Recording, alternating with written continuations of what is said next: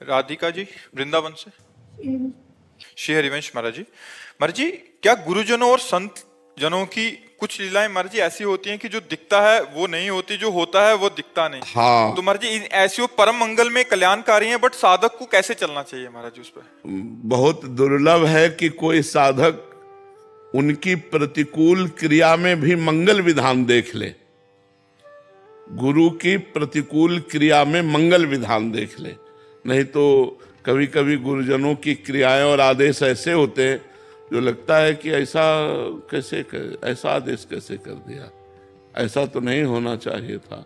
अब जैसे शिवाजी गए समर्थ गुरु रामदास जी के पास दीक्षा लेने के लिए, तो उन्होंने कहा हमारा पेट बहुत दर्द कर रहा है आज तो बोले गुरुजी राज वैद्य बुला देते हैं। बोले राज वैद्य की जरूरत नहीं, सिंगिनी का दूध पीते हैं तो पेट ठीक हो जाता है। जाओ जंगल में, बिना किसी गार्ड के, सैनिक के, अंगरक्षक के, बिना अस्त्र के सिंगिनी का दूध ले आओ। अब सिंगिनी कोई गाय है क्या? और सिंगिनी का दूध स्वर्ण के पात्र में रुकता है। स्वर्ण का पात्र लो और सिंगिनी का दूध लाओ। मतलब मरना है, सीधे मरना है। जंगल में खोजते रहे, देखा सिंह सावक उछल रहे तो समझा यहां सिंगिनी नजदीक। जो सिंगिनी ने देखा दहाड़ मारी और शिवाजी के ऊपर, सोई बीच में समर्थ गुरु रामदास जी प्रकट हो गए, से रोक दिया। बोले बस यही देखता था कि तन मन प्राण तू समर्पित किए कि नहीं। अब ये ऐसे कौन से होंगे जो तन मन प्राण इस तरह समर्पित कर दे। एक दिन श्री रामानंदाचार्य जी महाराज अपने शिष्यों की मंडली के साथ विचरण कर रहे थे, तो एक जंगल में रुके, तो वहां कुआं था। कुआं से पानी ठाकुर सेवा के लिए लाना था। तो जब पानी लाया गया तो उसमें गंध थी पत्तों की। एक डाल ऐसे जा रही थी कुआं के ऊपर, उसमें पत्ते गिर रहे थे, पत्तों के कारण वो पानी में सड़न थी। तो उनका अगर ये डाल काट दी जाए तो पानी स्वच्छ और पीने योग्य हो जाएगा। सब शिष्यों से कहा डाल इतनी ही काटो जितनी कुएं के पास है।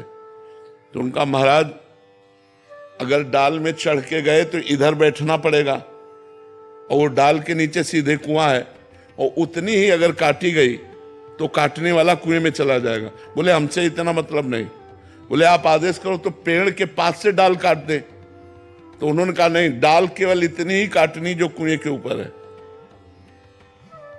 मतलब मरना है, जो शिष्य काटेगा वो मरेगा, कुएं में सीधे जाएगा कुल्हाड़ सहित।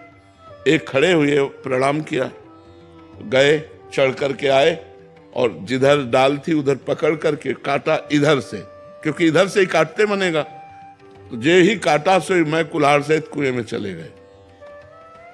सब शिष्यों ने कहा गुरुजी तो मर जाएगा। बोले हमारा काम था कुएं से डाल हटानी, अब वो कट गई है, तुम डाल निकालो, लेकिन थोड़ी देर रुक जाओ। बोले गुरुजी थोड़ी देर रुक जाएंगे तो मर जाएगा। बोले नहीं, अब थोड़ी देर रुक जाओ। अब सब शांत बैठे। थोड़ी देर में नमो नमः जय हो की आवाज आने लगी, और देखा भगवान के पार्षद उन शिष्य को ऊपर छोड़ गए। वो गुरुजी के चरणों में प्रणाम किया। बोले कहो क्या हाल चाल है? बोले गुरुजी जे ही कुएं में गिरे ते भगवान राम जी के पार्षद आए और हमें साकेत धाम ले गए, और वहां दर्शन कराया सिया राम जी के, और ये प्रसाद दिया है आपको। अब सब शिष्य लालायित हो गए। तो अब उनमें एक ही खड़ा हुआ था प्राण देने वाला। तो कई गुरु की ऐसी आज्ञाएं होती हैं जो हमारी समझ के परे होती है, पर उनमें भगवान का मंगल विधान होता है। पर हम अगर मान लें तो बात है। हमें गुरु में साक्षात भगवान बुद्धि रखनी है, और भगवान बुद्धि से हमारा परम कल्याण हो जाएगा। अगर भगवत बुद्धि रखे तो पार हो गए, पक्का पार हो गए। अनुराग